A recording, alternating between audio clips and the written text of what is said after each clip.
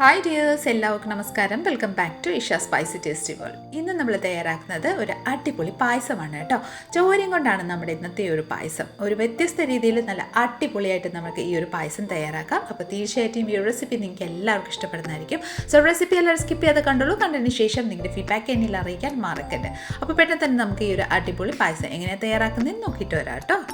അതിനായി ഒരു ബൗളിൽ ഒരു 1/2 കപ്പ് ചൗവരിയാണ് ഞാൻ എടുത്തിരിക്കുന്നത്. ചൗവരി ആഡ് ചെയ്തതിന് ശേഷം നമുക്ക് ആവശ്യമനുസരിച്ച് വെള്ളം യൂസ് ചെയ്ത് ഒരു 2-3 തവണ നന്നായിട്ടൊന്ന് വാഷ് ചെയ്തെടുക്കാം കേട്ടോ. ശേഷം നമുക്കിതിലോട്ട് ഒരു 1/2 കപ്പ് വെള്ളവും കൂടെ ചേർത്ത് നന്നായിട്ട് മിക്സ് ചെയ്ത് 1 മണിക്കൂർ നമുക്ക് റെസ്റ്റിന് വെച്ച് കൊടുക്കാം. 1 മണിക്കൂറിന് ശേഷം ലിഡ് ഓപ്പൺ ചെയ്ത് നോക്കിക്കോളൂ. നമ്മുടെ ചൗവരി ഇവിടെ നന്നായിട്ടൊന്ന് കുതിർന്ന് വന്നിട്ടുണ്ട്. വെള്ളമെല്ലാം വറ്റി നല്ല സ്മൂത്ത് ആയിട്ട് തന്നെ നമ്മുടെ ചൗവരി ഇവിടെ റെഡി ആയിട്ട് വന്നിട്ടുണ്ട് കേട്ടോ.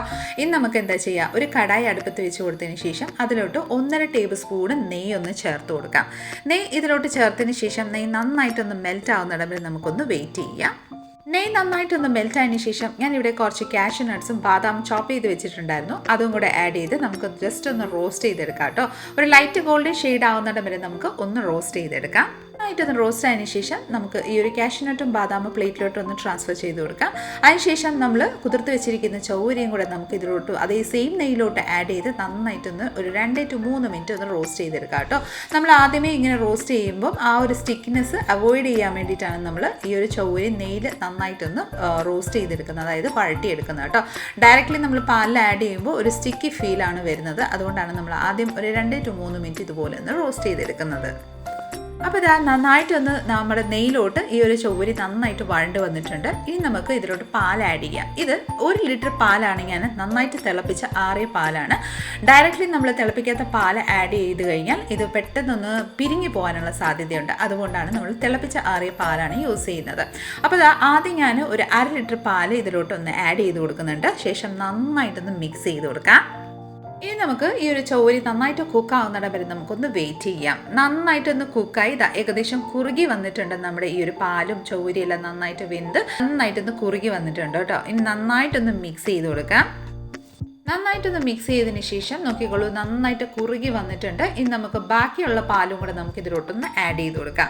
അതിനുശേഷം നന്നായിട്ടൊന്ന് മിക്സ് ചെയ്ത് കൊടുക്കാം. ഈ ഒരു ചൗവരി പായസം ഇരിക്കും തോറും നന്നായിട്ടൊന്ന് കുറുകി കിട്ടും കേട്ടോ. നല്ല പ്രത്യേക ഒരു ടേസ്റ്റാണ്.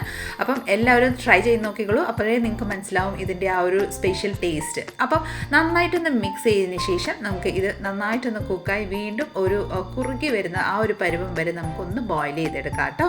വെറും ഒരു 10 to 15 മിനിറ്റ് മതി കേട്ടോ. ധാരാളം മതി നമുക്ക് ഈ ഒരു ചൗവരി പായസം തയ്യാറാക്കാൻ. അപ്പോൾ അതാ നോക്കിക്കോളൂ, നന്നായിട്ട് ട്രാൻസ്ലൂസൻ്റ് ആയിട്ടുണ്ട്. നമ്മുടെ ചൗവരി നന്നായിട്ട് വെന്ത് കിട്ടുന്ന ആ ഒരു ഫോമാണ് ഈ ഒരു ചൗവരി ട്രാൻസ്ലൂസൻ്റ് ആയിട്ട് കാണുന്നത്. അപ്പം നന്നായിട്ടൊന്ന് വെന്ത് വന്നിട്ടുണ്ട്. ഈ ഒരു സമയത്ത് നമുക്ക് പഞ്ചസാര ആഡ് ചെയ്ത് കൊടുക്കാം. ഞാനിവിടെ ഒരു 1/4 കപ്പ് പഞ്ചസാര ആണ് എടുത്തിരിക്കുന്നത്. നിങ്ങൾക്ക് മധുരം നിങ്ങളുടെ താല്പര്യം അനുസരിച്ച് ആഡ് ചെയ്തോളൂ കേട്ടോ. ആ 1/4 കപ്പിൽ നിന്ന് ഒരു പകുതി നമുക്ക് ഈ പാലിലോട്ടും അതായത് നമ്മുടെ പായസത്തിലോട്ടും ഒന്ന് ആഡ് ചെയ്തതിന് ശേഷം നന്നായിട്ടൊന്ന് മിക്സ് ചെയ്ത് കൊടുക്കാം. നന്നായിട്ട് ആ ഒരു പഞ്ചസാര എല്ലാം നന്നായിട്ടൊന്ന് മെൽറ്റ് ആകുന്നത് വരെ നന്നായിട്ടൊന്ന് മിക്സ് ചെയ്ത് കൊടുക്കാം. ഇനി ഈ ഒരു പഞ്ചസാര നന്നായിട്ടൊന്ന് കുക്കായി ആ ഒരു ചൗവരിലോട്ട് മിക്സ് ആവുന്ന സമയം കൊണ്ട് നമുക്കൊരു പാൻ അടുപ്പത്ത് വെച്ച് കൊടുക്കാം. ഇതിലോട്ട് നമ്മൾ ബാക്കി വെച്ചിരിക്കുന്ന പഞ്ചസാര ആഡ് ചെയ്ത് കൊടുക്കാം. ഇനി നമുക്ക് ഇത് നന്നായിട്ടൊന്ന് കാരമലൈസ്ഡ് ആവാൻ വേണ്ടിയിട്ട് ഒന്ന് വെയിറ്റ് ചെയ്യാം കേട്ടോ. ഇത് നന്നായിട്ടൊന്ന് ഇളക്കുക. ആദ്യം ഒന്ന് മിക്സ് ചെയ്യേണ്ട ആവശ്യമൊന്നുമില്ല.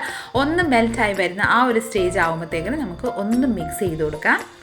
ലോ ഫ്ലെയിമിൽ വെച്ചിട്ട് വേണം നമ്മുടെ ഈ ഒരു പഞ്ചസാര നന്നായിട്ടൊന്ന് കാരമലൈസ്ഡ് ചെയ്തെടുക്കാനായിട്ട്. അപ്പോൾ അതാ നോക്കിക്കോളൂ, നന്നായിട്ടൊന്ന് കാരമലൈസ്ഡ് ആയി വരുന്നുണ്ട്. നന്നായിട്ടൊന്ന് ഇതുപോലെ കാരമലൈസ്ഡ് ആയതിനു ശേഷം നമുക്ക് ഇതിലോട്ട് നല്ല തിളച്ച വെള്ളം ഒരു 1/4 കപ്പ്, അതായത് ഒരു 2 to 3 ടേബിൾ സ്പൂൺ നമുക്ക് ഇതിലോട്ടൊന്ന് ആഡ് ചെയ്ത് കൊടുക്കാം. തണുത്ത വെള്ളം ആഡ് ചെയ്ത് കഴിഞ്ഞാൽ പൊട്ടിത്തെറിക്കാനുള്ള സാധ്യതയുണ്ട്. അതായത് നന്നായിട്ടൊന്ന് തിളച്ച വെള്ളം ആഡ് ചെയ്തോളൂ കേട്ടോ. ഇനി നമുക്ക് നന്നായിട്ടൊന്ന് മിക്സ് ചെയ്തെടുക്കാം. അപ്പോൾ ഇതാ നമ്മുടെ കാരമലൈസ്ഡ് സിറപ്പ് ഇവിടെ റെഡി ആയിട്ടുണ്ട്. നോക്കിക്കോളൂ, നന്നായിട്ട് ആ ഒരു കളറ്. അപ്പോൾ നമുക്ക് നമ്മുടെ ചൗവരി പായസത്തിലോട്ട് ഈ ഒരു കാരമലൈസ്ഡ് ആയ നമ്മുടെ പഞ്ചസാര ഇതിലോട്ടൊന്ന് ചേർത്ത് കൊടുക്കാം. ഇനി നന്നായിട്ടൊന്ന് മിക്സ് ചെയ്ത് കൊടുത്തോളൂ കേട്ടോ. അപ്പോൾ തന്നെ ആ കളർ ചേഞ്ച് ആയി വരുന്ന കണ്ടോ, നല്ല രസമില്ലേ കാണാനായിട്ട്. അതുപോലെ തന്നെ ടേസ്റ്റും അത്രയ്ക്ക് നല്ലതാണ് കേട്ടോ. നമ്മൾ കണ്ടൻസ് മിൽക്കൊക്കെ ചേർത്ത് കഴിഞ്ഞാൽ പായസം തയ്യാറാക്കുന്ന അതേ ടേസ്റ്റാണ് നമ്മുടെ ഈ ഒരു ചൗവരി പായസം ഈ ഒരു രീതിയിൽ തയ്യാറാക്കുമ്പോൾ. അപ്പോൾ സൈഡ്സ് എല്ലാം ഇതുപോലെ സ്ക്രാപ്പ് ചെയ്ത് നന്നായിട്ടൊന്ന് മിക്സ് ചെയ്ത് കൊടുത്തോളൂ.